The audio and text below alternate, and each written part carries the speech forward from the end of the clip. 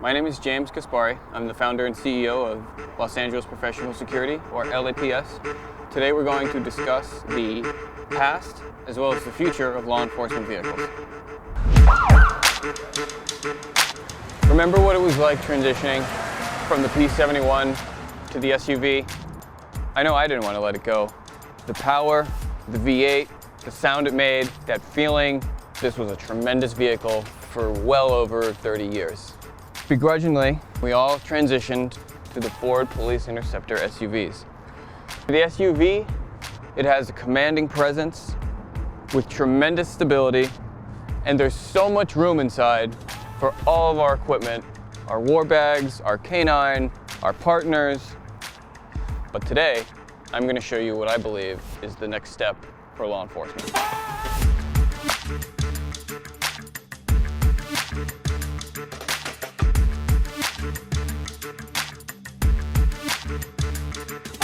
The next generation of law enforcement is here. The 2020 Ford Police Interceptor SUV costs $45,000. It goes 0 to 60 in 5.8 seconds. The 2020 hybrid version has a fuel tank range of approximately 437 miles. Anything built prior to 2020 is 41% fuel efficient, according to CNET, which is about 218 miles. The Tesla is more expensive. It costs $50,000. It goes 0 to 60 in 2.9 seconds. It has a range of 325 miles. Of course, you only want to charge it to about 80% capacity, which is about 260 miles. An average shift, someone in law enforcement will drive approximately anywhere between 100 and 120 miles per shift. With a 80% charged battery, this will last us approximately 240 miles. 2 shifts plus a little extra room. With the Model Y, we'll never have to replace the transmission. All you purchasers out there for big agencies know how the officers treat the transmission. No one puts it in park when they're supposed to. We'll never have to replace the engine. We'll never have to do an oil change. This vehicle has no liquids except for the wiper fluid. It's common that these vehicles last 625,000 miles. There are numerous Teslas out on the road right now that have well over 500,000 miles. On average, law enforcement retires the Ford Police Interceptors around 100,000 miles. Therefore, this will last 6 times longer. These vehicles require fuel. With a Tesla, we have solar panels on the roof. The solar panel charges into a battery bank, and that battery bank we use to fuel our vehicle. As you can see, I'm wearing an external vest, firearm on my thigh, ass, flashlight, radio, the whole 9 yards. I'm incredibly comfortable. I fit. It's easy to access everything I need to. One other thing, I know I can't be the only person out there who hits their funny bone where the locking mechanism is. What is that? What is that even called? Door lock indicator? No more door lock indicator. Now it's flush, it's soft. I'm very comfortable, even with all my gear.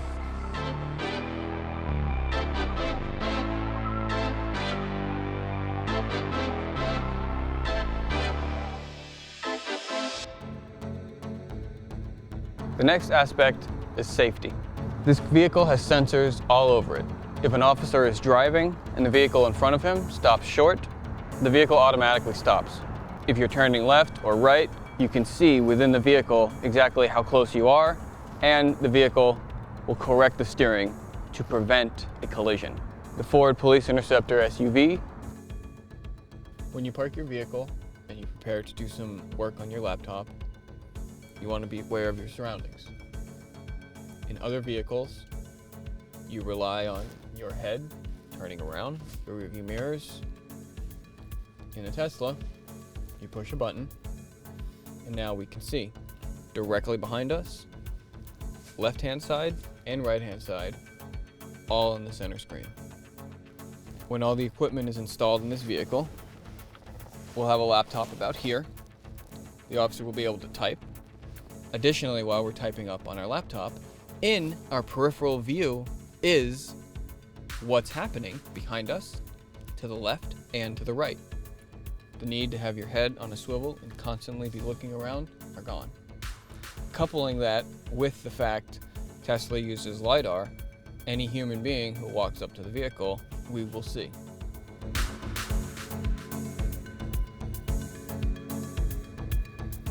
Los Angeles Professional Security is working with Tesla to create a law enforcement profile. Let's take the events that transpired in Compton a few months ago. 2 officers were inside their vehicle. A man walked up, raised his hand, and fired several shots, striking the vehicle. Now let's apply the features that Tesla have towards that situation. What if, as a human approached, through the use of AI, we could see gun? And if Tesla knows gun plus human within 12 feet, lurch forward 4 inches. That 4 inches could have been the difference between getting hit and not getting hit.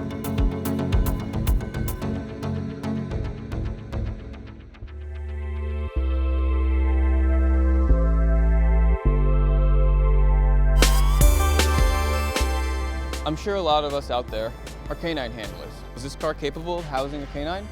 I'm gonna let Molly out. Legit, Molly. Now, as you can see, I do not have the popper, the door popper, the push button system to automatically open the trunk. Like most of us, I need to use a key. With the push of a button from my phone, I can open the trunk and I can have Molly hop in the back. Molly, Miesta.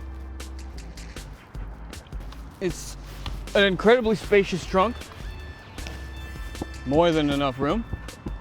So here we are in the configuration which would house canine in the trunk area with a partition. Then we could of course have a prisoner partition. So just like the Ford SUV, we'll have 1, 2, 3 compartments. Or we could simply fold these seats down, and now our canine unit would have the entire area to herself. As canine handlers, something that is very important to us, of course, is the safety about our dogs. The door popper and air conditioning system is pricey. The really neat thing about the Tesla is it's just included. As you can see behind me, this screen illuminates, clearly says, don't worry, it's 66 degrees inside, so everyone knows your dog is safe. Most door poppers, as we know, you must be within 1/4 of a mile, 1/8 of a mile. It uses RF technology. With the Tesla app, I could be anywhere in the world. More likely than not, I'm just a couple 100 feet away, but the neat thing is, it doesn't matter. Wherever I am, whether I'm parked my unit and I've gone up to the 23rd floor to make contact with an individual, or I parked my unit, I ended up getting in a chase, and went 3 blocks around the corner. I know the temperature inside, and I could see exactly if Molly is comfortable. And the neat thing is, as I'm approaching it, I can program it if I chose to, so the trunk will open up automatically.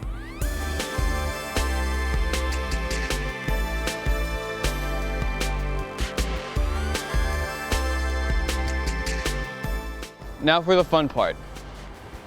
Here's how we're gonna outfit this vehicle for law enforcement. First step, we'll wrap it up like all of our other Los Angeles professional security units. We're gonna try to put a light bar on top.